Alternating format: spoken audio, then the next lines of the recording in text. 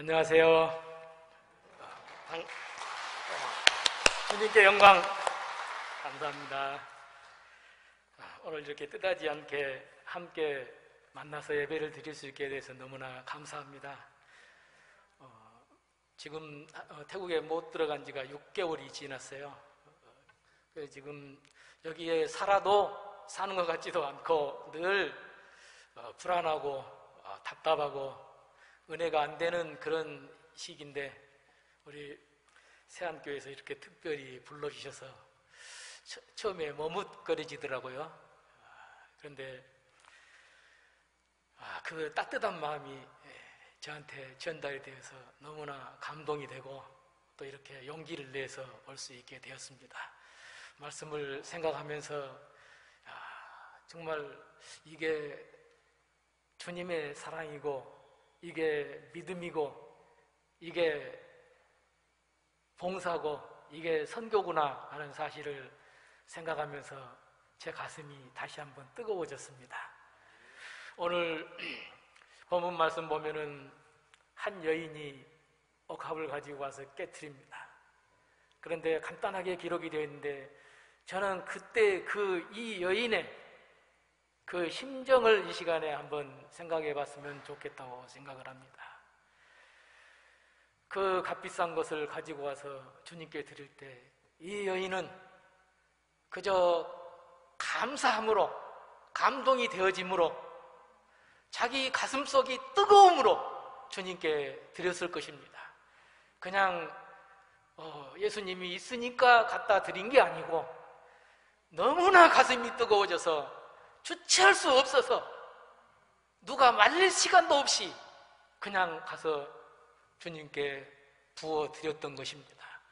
그리고 예수님께서는 그 마음을 보시고 이를 기념하리라, 저를 기억하리라.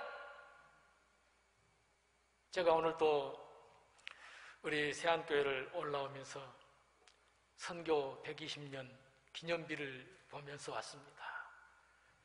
우리 한국교회 우리 성도님들이 선교해온 것, 우리 한국교회 목회자들이 정말로 힘들게 굶어가면서도 이 믿음을 지키고 선교해온 것이 다시 한번 가슴속에 새겨졌습니다.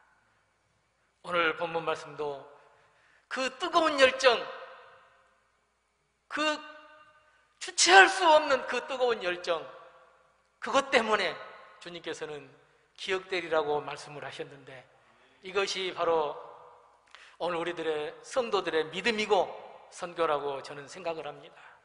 근데 오늘 본문 말씀도 보면은 한쪽에서는 제자들이 계산을 해내고 있습니다. 계산이 얼마나 빠른지 모릅니다. 정확합니다. 이거 얼마 돈을 바꿔가지고 이 돈으로 선교를 하자고 얘기를 합니다. 이 돈으로 사회사업을 하자고 얘기를 합니다.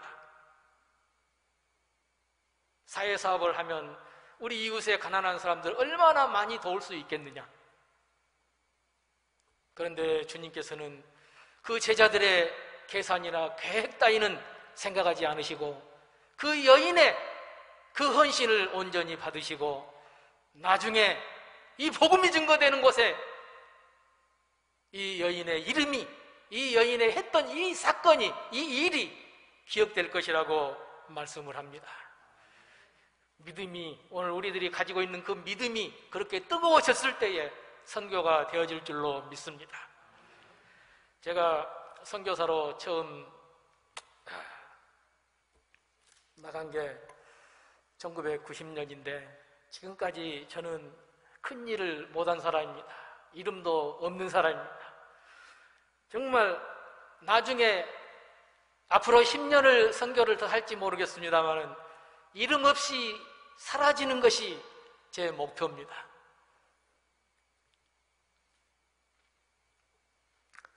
고등학교 때 제가 선교사로 가겠다고 소원을 했습니다. 그리고 잊어버리고 한국에서 목회를 잘하고 있었습니다. 저희 가족이 예수를 믿게 된 것이 여러 가지 사정이 있었겠지만 선교사님과 같이 신앙생활을 했다고 합니다. 해남에 선교사가 계시는 시절에 선교사와 함께 교회를 세웠다고 합니다. 이제 저희 할머니가 이제 그렇게 하셨는데 제가 종갓집 종손입니다. 그러다 보니까 제가 생각해도 먹을 것, 그러니까 시골에서 옛날 쌀만 있으면 되니까 먹을 것은 풍성했던 것 같아요.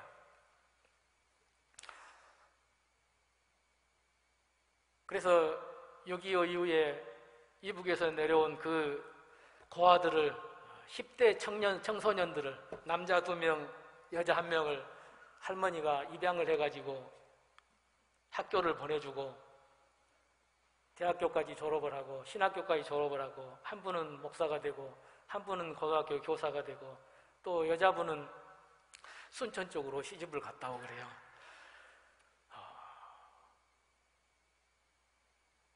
제가 선교사로 가 있으면서 그 생각을 늘 해봅니다.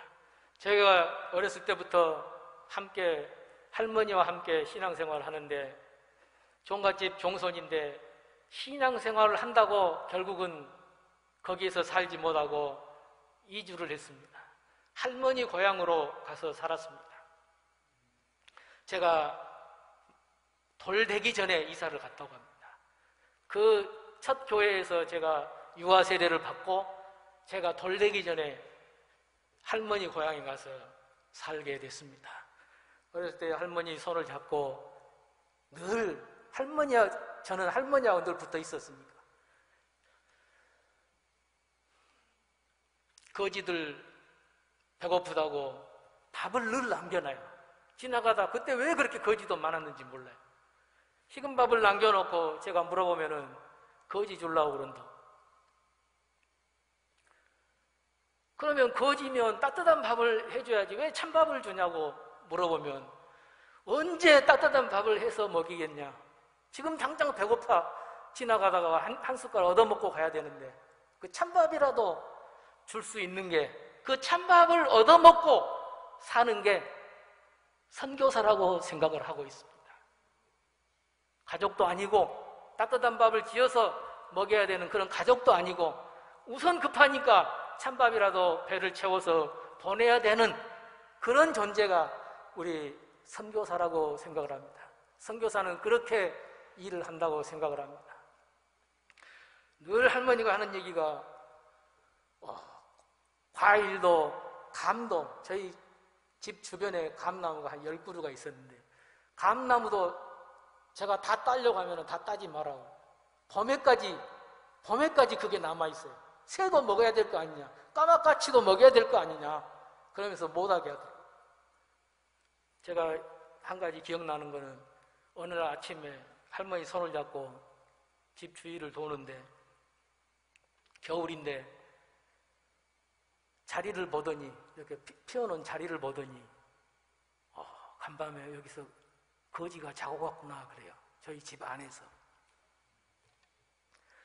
그렇게 늘 배려하시던 그것을 배우면서 제가 살았고 선교사로 가서도 저는 그 마음을 지금도 잃지를 않고 내가 태국에 30년을 살게 되었는데 큰일을 한 것도 아닌데 내가 왜 태국에 30년을 살 수 있도록 하셨냐고 기도하면서 물어봤습니다. 지금 한국에 와서 있으니까 그런 게 많이 지금 생각들을 많이 하게 되더라고요. 그런데 제가 깨달은 거는 큰일은 못했어도 그 사람들에게 내가 있었다고 하는 사실, 내가 거기에 있음으로 그들이 예수를 알고 예수를 믿게 되었다는 사실을 나중에 얘기할 거다, 나중에 기억할 거다라는 사실을 저한테 깨닫게 해주시더라고요. 사실은 오래 했으니까 좀 떠나고 싶은 생각도 언제든지 가끔씩 있습니다. 그런데 나를 거기에 놔두신 것은 그들에게도 하나님의 사랑을 전하라고 놔두신 줄로 믿고 다시 한번 용기를 내봅니다. 그래서 고등학교 때 소원을 했던 거 목회를 하면서 잊어버리고 살았습니다. 저 가까운 곳에 교회를 개척을 했습니다. 해남에서 목회를 하다가 청계에 와가지고 교회를 개척했고, 개척을 하고 땅을 마련하고 사택을 마련하고 교회를 건축을 하고 교인들이 부흥이 되기 시작합니다. 너무 좋았습니다. 그때 갑자기 1990년 내가 금식 기도를 해야 되겠다. 내가 너무 편하고 너무 부흥도 잘 되고 이렇게 살다가는 평생 여기에 안주하는 거 아닌가, 그 생각이 들어가지고 어느 날 갑자기 여보, 난 내일부터 40일 금식 기도 할 거야. 그래가지고 금식 기도를 하기 시작을 했습니다. 그 이후에 금식 기도가 끝나고 태국에 선교사를 보내려고 하는데 아무도 간다는 사람이 없다고, 자식들 때문에, 교육 때문에, 뭐 생활 때문에, 뭐 하여튼 여러 가지 핑계를 대고 가지를 않는다고. 그런데 교회를 개척할 때부터 저는 가슴이 뜨거웠습니다. 정말 누가 주체할 수도 없이, 누가 말릴 수도 없는 그런 뜨거운 열정이 생겼었습니다. 그렇게 뜨거운 열정을 가지고 선교사로 가게 됐습니다. 지금 30년을 살면서 가끔씩 식을 때가 있는데, 식었다가 다시 그 열정이 다시 타오르고, 그러면서 마지막까지 이 열정 식지 않고 일할 수 있도록 하고 싶다고 늘 기도를 하고 있습니다. 제 아내는 갑자기 선교사로 간다고 하니까 전혀 상상도 못한 일이니까 왜 그때 그렇게 용감하게 간다고 했는지 몰라요. 10년 고등학교 때 서운했던 거, 그리고 우리 할머니가 선교사와 같이 신앙생활했던 거, 그런 것들을 생각하면서 저는 뜨거워져가지고 나는 내가 목사가 된다면 선교사로 가야 되겠다고 얘기를 했던 거, 그것을 나만 간직하고 있었고 제 아내하고는 나누지를 않았습니다. 그래서 전혀 처음 얘기를 하니까 이해를 못하는 거예요. 관심이 없는 거예요. 그리고 며칠 지나다가 또 얘기를 했습니다. 그때는 이제 당신 혼자 가라고, 나는 선교사로 가겠다고 서운한 게 아니고 당신이 서운한 거니까 당신이 가라고.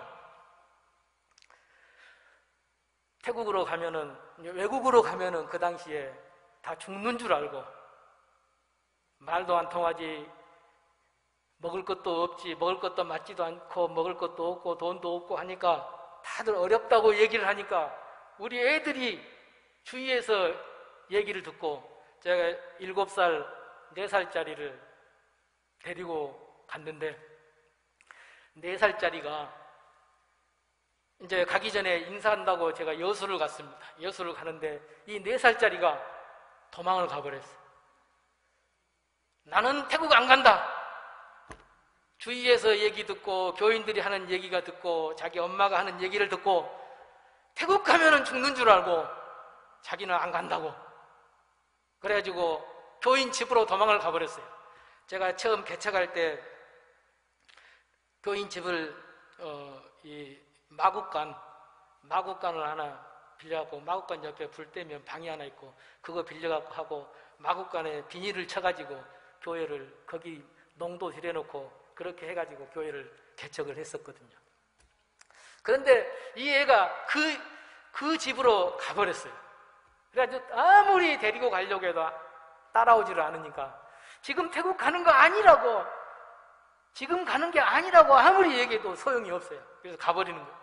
그래가지고 할 수 없이 이 4살짜리를 남의 집에 놔두고 우리끼리 인사하러 갔다 왔습니다. 그 정도로 그때 태국에 간다는 것 자체가 다들 두려워하고 있을 때인데 주님께서 제게 열정을 주셔가지고 앞뒤 가리지도 않고 후원회를 만들지 말라고 하고, 그러니까 그 무슨 파송교회가 있는 거는 생각도 못하고 후원회도 만들지 말라고 해가지고 그냥 태국에 들어갔습니다. 들어가가지고 얼마나 고생을 많이 했는지 모릅니다. 쌀 10kg, 1,000원이면 5kg를 삽니다. 보통 작은 단위가 5kg씩 봉지에 들어있습니다.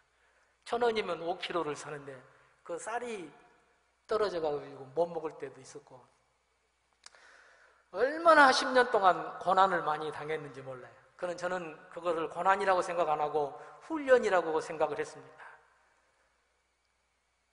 그렇게 생활을 하다가 성경 말씀에 고아들의 아버지가 하나님입니다. 세상에서 돌봐줄 사람이 없기 때문에 하나님이 직접 관여해서 도와준다고 말씀을 합니다. 제가 바로 고아들하고요. 그 10년 동안 훈련을 받으면서 지금 생각하면은 얼마나 즐겁고 재밌었는지 모릅니다. 그 속에서 늘 기적을 체험하고 그렇게 삽니다. 한국에서 있었으면 상상하지 못했을 그런 기적들을 체험하고 삽니다. 그렇게 이제 10년을 지나고, 제가 이제 또 그래도 종갓집 종손이니까 작은 할아버지들이 딱 버티고 있으니까 가서 인사를 했습니다. 인사하러 가니까, 근데 종손이 외국으로 가면 되냐고. 그러면 가면 얼마나 있을 거냐고 그랬어요. 다른 분들은, 다른 나를 파송한 목사님들은 한 3년만 있다고 오라고 그러더라고요. 그런데 제가 그때 한번 갔으면 10년은 있어야죠. 제가 그렇게 대답을 했거든요. 그 이후에 이제 10년 동안 정말 거기에서 기적들을 체험하면서 또 고난도 당하면서 그렇게 훈련을 받았다고 생각을 하고, 이제 10년 지났으니까 어떻게 할 것인가? 주님, 나를 떠나게 하든지 나도 한국에 가서 개척을 하게 하든지, 정말 그 뜨거운 열정을 가지고 다시 한국을 한번 나오고 싶었어요. 그런데 그때 하나님께서 은혜를 주시는데, 글도 모르고 전기도 안 들어가고 텔레비도 모르는 사람들, 그 산속에서 같이 가서 예배드리고 기도하는데 기적들이 막 나타납니다. 나는 모르는데 예수님이 예배 드리는데 막 예수님이 나타나서 목격을 하고, 정말 있을 수 없는 그런 일들이 막 일어납니다. 텔레비를 본 적도 없는 사람들인데 자기 눈에 예수님이 지금 십자가를 지고 걸어가고 계신다. 그런 것들을 체험을 하면서 병이 나았다 뭐 이런 얘기들은 그냥 보통 일이고, 저는 눈으로 예수님을 목격하고 있다는 것 때문에 더더욱 놀란 거죠. 세상에 어떻게 그런 일이 있을 수 있냐. 나중에 이제 제가 이제 정리를 하면서, 이거는 나를 떠나지 못하게 주님께서 잡기 위해서 그런 일들을 체험할 수 있게 해 주셨다는 그런 결론을 내렸습니다. 이런 체험들을 하면서 막 이제 나는 방언하는 거는 무조건 반대는 아니지만은 연습하고 이런 것도 무조건 반대한 사람이거든요. 방언 자체를 반대하는 게 아니고 연습해서, 기도원에 가서 연습해서 받는다 이런 거 절대 안 된다고 하는 사람이거든요. 그런데 막 방언이 터져가지고 막 방언을 하는데 내가 미친 것 같더라고요. 내가 제정신이 아닌 것 같아요. 어떻게 이 공간에서 이런 일이 있냐. 방언하는데 나는 방언은 그냥 랄랄랄라 하고 그냥 이상한, 그냥 보통 조금 죄송한 표현하면 헛소리 하는 줄 알았어요. 그런데 방언을 하는데 한국말을 한마디도 못하는 태국 사람들이 한국말로 방언을 해요. 예수 이름으로 믿습니다. 예수 이름으로 치료를 하면서 전혀 자기들도 모르는 말인데, 나는 알아듣는 말인데 방언이 터져가지고 한국말로 방언을 하고 있고 그래요. 그 사람도 처음 방언을 하는데, 이거 우리 한국에서 내가 목회하면은 이거 완전 목회를 할 수 없을 것 같다는 생각이 들더라고요. 그때 내가 선교사로 와 있으니까 또 이런 경험도 하게 하시는구나 생각을 하면서 받아들이게 됐습니다. 그런 은혜들을 체험하면서 이제 또 내가 그런 걸 또 체험하고 변하면서, 내가 가고 싶다고, 떠나고 싶다고, 한국으로 가고 싶다고 했는데 하나님께서 저한테 그러시는 것 같아요. 내가 저 도시에 있는 영혼이나 저 한국에 있는 영혼이나 이 문명 속에서 살고 있는 이 사람들, 이 영혼이나 똑같은 영혼이다. 하나님께서는 똑같이 보신다는 거죠. 그 사실을 제가 알게 되고 깨닫게 되고 도저히 거기를 떠날 수가 없었습니다. 그래서 주님의 그 사랑에 다시 한번 묶여가지고 또 10년을 하게 됐는데 10년 동안 얼마나 저희들 재미있게 정말 거기가 천국이더라고. 야, 세상에 신앙생활을 이렇게 해야 되는구나. 천국이더라고요. 너무나 즐거웠어요. 그렇게 되니까 10년이 또 훌쩍 가버리는 거예요. 그래가지고 10년이 지났으니까 또 제가 이 10년 단위를 세기도 좋아요. 90년, 2000년, 2010년, 이제 올해 2020년. 그래가지고 이제 10년이 지나고 나서 20년 됐잖아요. 그러면 또 떠나고 싶다. 이제 뭔가 또 해야 되지 않겠느냐. 뭔가 다른 일을 해야 되지 않겠느냐. 그런 시기가 됐어요. 그때 기도를 하게 계획을 세우면서 기도를 했습니다. 나를 여기에 머물게 하려면 건물을 짓게 해주세요. 건축을 하게 해주세요. 지금까지 20년 동안 건축을 안 해도 우리가 그냥 천국과 같은 생활을 했으니까 얼마나 재밌었는지 몰라. 그 은혜 정말 하나님께서 부어주시는데 놀랍더라고요. 그렇게 생활을 하다가 20년이 지나고 다시 기도를 했을 때 저에게 믿음이 생겼어요. 아무리 힘들고 아무리 돈이 없고 해도 기도만 하지 말고 건물을 짓게 해달라고 했으면 땅부터 사라. 그런 믿음이 생겨가지고 막 가슴이 뜨거워져가지고 무조건 저지르자. 그런데 여러분 잘 아시잖아요. 1990년 말에는 IMF가 가지고 한국이 어려워지고 또 2008년, 9년 됐을 때 또 제2 IMF가 가지고 그때보다 더 어려워지고 꼭 근데 그때마다 하나님께서 뭔가 일을 하게 하시더라고요.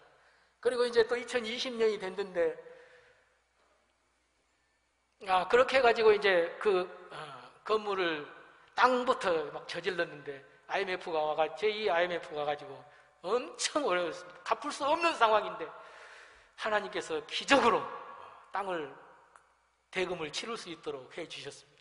저는 정말 100만 원도 없는 사람인데 3천만 원을 그때 그 IMF 시기에 모금을 할 수 있게 해주셔가지고 그때 제가 응답받은 게 하나님께서 명해가지고 명령을 해서 하나님이 시켜서 까마귀로 엘리야를 먹이셨던 장면이 있습니다. 엘리야를 먹였다고 하는 그 기적을 우리는 얘기를 잘합니다. 그런데 하나님이 명령했기 때문에 됐다는 사실을 그때 깨닫고 이거 아무리 어렵지만 하나님이 하시면 한다는 그런 믿음이 생겨가지고 일을 하게 됐습니다. 그렇게 해서 저질러가지고 땅을 사고 건물을 안 지어도 너무너무 재밌고 그 땅만 보고 있어도 그냥 너무 재밌어요. 학교 중고등학생들 1,400명 되는 학교, 시골에는 중학교 이상이 없거든요. 그래가지고 그 지역의 전 군내 학생들이 다 거기로 모여드는데 학교 교문 앞에 교문에 붙어있는 땅을 저희들이 산 거예요. 그래서 청소년들을 훈련시키고 신앙인들 만들 수 있는 아주 좋은 장소를 주셨어요. 그리고 5, 6년 지나고 너무너무 건물 안 지어도 재밌었는데 나중에 시종교회에서 거기에 교회를 건축을 해주셔가지고 지금 거기서 이제 예배드리고 학생들도 모아가지고 하고 있습니다. 그리고 이제 또 2020년 이제 또 30년이 됐어요. 이제는 한국으로 간다는 말도 못하겠고 사실은 지금도 한국에 오고 싶은 생각이 있어요. 제 아내가 한국 가서 뭐 달라고 그러더라고요. 청소부라도 하면 되잖아. 그렇게 지금 2020년이 30년이 돼가지고 또 기도를 하고 있습니다. 기도를 하고 있는데 작년부터 계획을 세웠습니다. 이제 마지막 우리가 이들을 위해서 할 수 있는 일이 뭐냐. 그래도 또 다시 한번 이제 건축을 안 하겠다고 얘기를 했는데 안 하겠다고 다짐을 하고 한 33년이 지났는데 2020년 30년이 되었을 때 하나님께 죄송하기도 하고 다시 한번 뭔가 일을 해야 되는데 이들을 위해서 건축을 하는 일이 우리가 마지막 해야 될 사명이 아니냐 그렇게 생각을 하고 저희들 지으려고 생각을 하고 계획을 하고 있습니다. 그 산적 속에 산악지대에 사는 사람들이 공부를 못합니다. 그런데 거기에도 젊은 학생들, 청년들, 청소년들 자기 자녀들은 교육을 시키고 싶어 합니다. 자녀들이 교육을 받지 않으면 소망이 없기 때문에 다음 세대가 사는 길은, 다음 세대가 부흥되는 길은 교육밖에 없다. 그리고 그들도 가르치고 싶어 합니다. 그래서 갈 데가 없어서 저희 센터로 오려고 아주 지원하는 사람들이 많습니다. 예수를 믿는 사람도 있고 안 믿는 사람도 옵니다. 제 사역자가 이번에도 어떻게 받아야 되냐고 해서 안 믿는 사람도 많이 왔는데 어떻게 하냐니까 안 믿는 사람부터 받아라. 예수 안 믿는 사람부터 받아라. 그렇게 해가지고 지금도 32명을 이번에도 받아놔가지고 교육을 시키고 있습니다. 그래서 제 아내가 그 방이 없어가지고 5명, 6명 얼마나 덥습니까? 선풍기 하나 틀고 에어컨도 없고요. 그래 이제 5명, 6명씩 6명 들어가는 방은 2층짜리 침대를 3개 놓으면 6명 들어가거든요. 그렇게 해서 공부를 시키는데 너무 미안해서 제가 가도 문을 안 열어봐요. 그냥 보면은 너무 짠하고 안타깝고 그래요. 그런데 자기들은 너무나 좋은 환경에서 공부를 했다고 간증을 해요. 산에서 공부할 수 없는데, 시골에서 공부할 수 없는데 거기 와서 한국 교회 때문에, 한국 선교사님들 때문에 우리가 이렇게 공부를 잘 할 수 있었다고 간증을 하는 걸 보고 참 너무 우리가 미안하고 안타깝고, 그래서 제 아내가 또 늘 하는 얘기가 이제는 건물 그만하고 교육시키고 사역자도 훈련시키고 교회 돌아보고 그런 일만 하다가 이제 우리 끝내자 그렇게 얘기를 하다가는 자기가 이들을 위해서 건물 하나씩 지어주면 안 되냐, 화장실 하나 방 하나 해가지고 우리가 부럭부럭 싸가지고 집을 짓자, 우리 땅은 사놨지 않냐 그러더라고요. 그래가지고 저도 안 하려고 생각을 하다가 믿음이 생겨가지고 그래서 건물 하나 짓는데 10,000불씩 해갖고 하자 그래가지고 지금 그런 계획을 세우고 지금 계획은 세우고 아직 추진을 안 하고 있습니다. 제가 추진을 안 하고 있는 게 하나님의 뜻이 있는지, 하나님께서 원하시는 일인지 그걸 두고 보려고 저는 안 하고 있습니다. 이번에 이사야 43장에 있는 말씀처럼 너는 내 것이다. 내가 너를 지명하여 불렀나니 너는 내 것이다. 이번에는 기도하면서 제가 감동을 받은 게 이 일을 하나님 하시려고 하면 하나님께서 지명해 주세요. 하나님께서 불러주세요. 누가 할지는 모르지만 어떤 인물이 어떤 교회가 할지 모르지만 하나님께서 지정해 주세요. 저는 지금 그 기도를 하면서 기다리고 있습니다. 오늘 마지막 해야 될 일이라고 하면은 정말 우리가 힘들고 어렵지만 지금 코로나19 사태가 발전이 되면서 엄청 어려워졌습니다. 계획을 하고 일만 하려고 하면은 이렇게 어려워져가지고 정말 포기할 수밖에 없게 만듭니다. 금년에는 더더욱 포기할 수밖에 없게 만들더라고요. 그런데 한국에서 가는 교회마다 앉아서 기도하면서 늘 묵상하면 하나님이 하시려면 최악의 상황 가운데서 하신다. 어려울 때 하신다. 언제 평안하고 언제 잘 준비되고 언제 거대한 것이 있어서 되어진 적이 있느냐고 그렇게 말씀을 주시더라고요. 어려우니까 포기하라고 하는 신호라고 받아들이려고 했는데 어려우니까 해라 라고 하는 사인으로 저는 다시 한번 받아들이게 되었습니다. 이 청소년 양육하는 일 마지막에 한번 또 해보려고 생각을 하고 있습니다. 오늘 우리 신앙의 겨울을 맞이했습니다. 제가 아까 제 어렸을 때 그 거지 얘기를 했잖아요. 그 겨울에 춥고 찬밥 얻어먹고 그 겨울, 다시 한번 신앙의 겨울을 맞이했다고 생각을 합니다. 여러분, 얼마나 추운 계절을 맞이했습니까? 다른 사람들 따뜻하게 맞이할 수 있는 그런 여력이 없습니다. 믿음의 겨울을 맞이했습니다. 모두가 다 이게 말세가 아니냐고 얘기를 합니다. 하나님의 시계가 언제 멈출지 모르지만 오늘 우리는 이 나그네에게, 이 소자에게 냉수 한 그릇이라도 대접하면 상을 잃지 않겠다고 주님 말씀하셨는데 저는 그것이 선교라고 생각을 합니다. 언제 내가 주님을 돌보지 않았습니까? 언제 내가 주님 대접 안 했습니까? 하고 따지던 사람들이 있잖아요.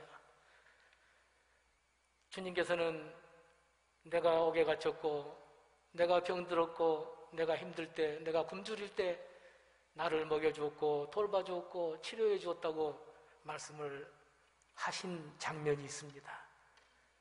그것이 주님께서 우리에게 선교를 그렇게 하라고 말씀하시던 거더라고요. 이제 정말 오늘 우리 신앙의 기념비를 세워야 되겠습니다. 정말 내가 뜨거움으로 일을 하는 것이지 머리가 영리해가지고 계획을 잘 세워가지고 기도하는 일을 하는 게 아니더라고요. 사랑하는 성도 여러분, 오늘 우리 주님이 감동을 주시면, 주님이 나와 함께 하시면, 내 가슴이 뜨거우면 일을 할 수가 있고, 그것이 우리의 믿음이고 그것이 우리의 신앙생활이고 그것이 주님을 사랑하는 표현인 겁니다. 오늘 이 여인이 주님을 너무나 사랑했기 때문에 주의 시선, 주위에서 계획하는 거 아랑곳하지 않고 주님께 부어드린 것처럼 정말 선교는 그렇게 이루어집니다. 전도는 그렇게 이루어집니다. 그게 우리의 신앙생활인 것입니다. 이스라엘 백성들이 애굽에서 탈출을 해가지고 광야에서 약 40년을 돌고 있죠. 그리고 이제 마지막 가나안에 들어가려고 하는데 광야에서 얼마나 많은 기적들을 체험을 했습니까? 사실 지금 결론적으로 이 시기가 우리는 이미 성경을 알고 있으니까 가나안에 들어간 이후에 얼마나 전쟁도 많고 고난을 많이 당했습니까? 그런데 우리가 그것을 떠나서 생각을 해보면 저는 광야에 있을 때가 진짜 하나님과 동행하고 천국을 누리며 살았다고 믿습니다. 오늘 우리 이 시대, 이 시기가 지금 광야에 있는 겁니다. 우리가 이 험난한 시대를 살고 있지만 이 이스라엘 백성들처럼 하나님이 전권적으로 역사하셔서 깨닫게 하시고 먹여주시고 입혀주시고 신겨주시고 치료해주시고 갈증을 해결해 주셨던 것처럼 우리 그렇게 신앙생활을 하셨으면 좋겠습니다. 낮에는 구름기둥으로 밤에는 불기둥으로 인도해 주시는 하나님, 날마다 우리 신앙생활 이 지금 현실에서 체험하며 살 수 있는 우리 모든 성도님들 되시기 바랍니다. 그런 생활을 하다가 가나안에 들어갑니다. 가나안에 들어가는데 마지막 남은 난관이 바로 요단강입니다. 요단강을 건너갑니다. 요단강을 건너서 그것도 하나님의 기적으로 요단강을 건너가는데 저 밑바닥에 성경에 보면 마른 땅을 건넜다고 그러죠. 그 밑바닥에 돌을 12개를 치하라고 합니다. 12개를 치해서 길갈의 기념비를 세우라고 합니다. 길갈의 기념비, 훗날 너희 후손들이, 너희 자손들이, 너희 선주들이 지나가다가 그 돌을 보고 저게 무엇입니까? 저 돌은 왜 저렇게 서 있습니까? 그냥 보통 돌은 아니니까. 그때 하나님이 다른 말 하지 말고 이렇게 얘기하라고 합니다. 하나님이 하셨다. 하나님이 도우셨다. 하나님이 하셔서 우리가 이렇게 마른 땅으로 건넜고, 그렇게 하나님을 위한 기념비를 세우라고 말씀을 합니다. 그런데 훗날 보면 사울은 왕 중에 왕, 예비된 왕이었잖아요. 그런데 이 사울이 교만해져 가지고 전쟁을 하다가, 아말렉과 전쟁을 하다가 승승장구합니다. 그때 하나님이 명령하시기를 그냥 호흡 있는 것은 다 멸해라, 다 죽여라. 이 하나님을, 이스라엘 백성들을 대접을 안 한, 이스라엘 백성들을 도와주지 않은 거절한 이 족속이기 때문에 하나님께서 전부 멸하라고 합니다. 그때 사울이 승승장구하고 기념비를 세우고 옵니다. 이상하게 사울도 기념비를 세웠어요. 그리고 그 짐승들, 좋은 것들을 다 남겨가지고 옵니다. 그때 사무엘이 하나님의 명령을 받고 쫓아옵니다. 이 소리가 뭡니까? 다 숨 쉬는 게 다 죽었으면 소리가 안 나야 되잖아요. 조용히 해야 되는데, 양의 울음소리, 염소의 울음소리, 송아지의 울음소리가 나요. 그때 사울이 하나님께 드리려고, 하나님께 제사하기 위해서, 우리가 신앙생활하면서 간혹 착각을 합니다. 하나님께 드렸다고 하면 되는 줄 압니다. 하나님께 드렸다고 하면 모든 걸 다 해도 되는 줄 아는데, 하나님이 싫어하시는 것, 그것을 하면서 우리는 하나님께 드렸기 때문에 옳다고 얘기할 때가 참 많이 있다는 것을 느낍니다. 아무리 하나님을 위한 것이라고 할지라도 하나님이 싫어하면 안 됩니다. 싫어하는 거 하면 안 되는 겁니다.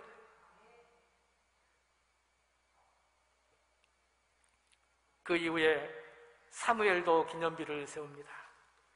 사무엘이 기념비를, 아말렉을 멸하고 블레셋을 멸하고 기념비를 세웁니다. 기념비를 세우고 나서 사무엘은 이 돌이 뭐냐? 이 돌은 도움의 돌이다. 에베네셀. 하나님이 우리를 도우셔서 이겼다.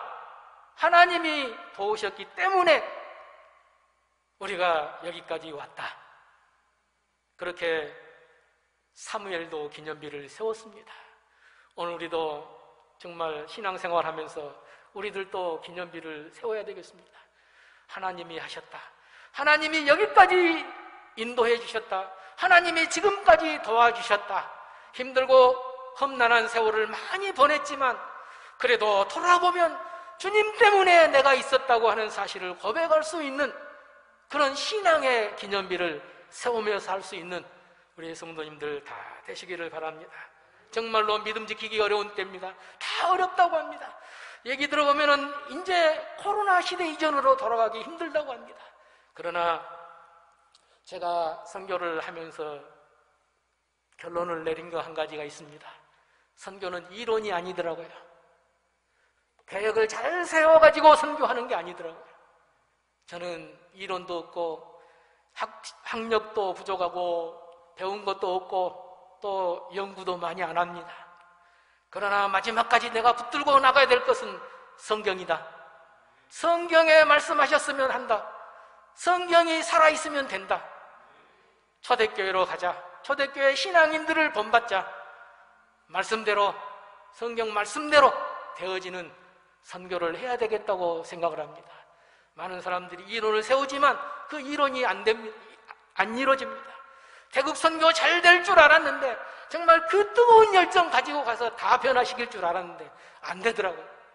30년 동안 뭐 했냐고 하면 뭐 내놓을 만한 게 없어요. 뭐 건물 지은 거 치앙마이에 한글로 구글 지도에 가서 치앙마이 중앙 비전 센터 하고 치면은 거기에 저희들이 땅 1,400평 사가지고 교회를 건축한 게 나와요.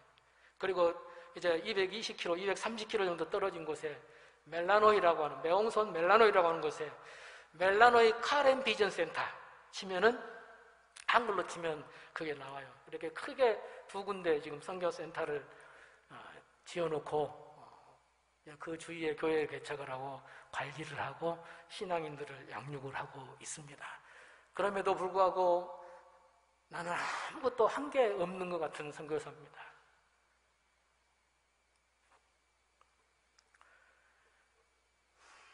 훗날 주님께서 오늘 우리 선교사들에게 묻는다면, 물론 선교사뿐만이 아니고 우리 한국에서 신앙생활하는 우리 성도님들도 똑같이 해당되는 말씀입니다. 오늘 우리에게 요구하시는 것이 무엇인가 제가 늘 생각을 해보고 있습니다. 다 어렵다고 하잖아요. 지금 이 코로나 사태를 당하니까 얼마나 어렵습니까? 마지막 시대라고 하잖아요. 그런데 우리 선교사에게 하나님께서 요구하시는 것은 아무것도 없더라고요. 단 한 가지, 순교하는 길밖에 없더라고요. 오늘 우리 성도님들이 환난을 당하면 그 환난 속에서 믿음을 지키려고 애를 쓰면 우리 성도님들도 순교하는 길밖에 없습니다. 여기서 어떻게 나 혼자 살겠다고 어디 콘크리트로 집 지어놓고 식량 저장해 놓는다고 그게 해결됩니까? 오늘 우리 성도들에게 마지막 요구되는 것은 순교하는 길밖에 없어요.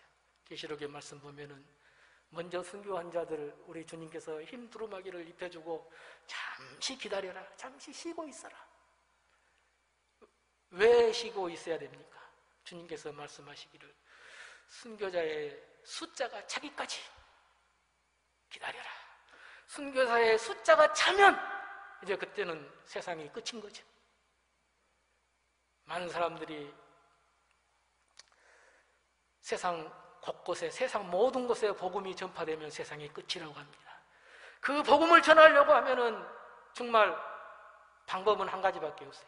순교밖에 없어요. 우리 많이 듣잖아요.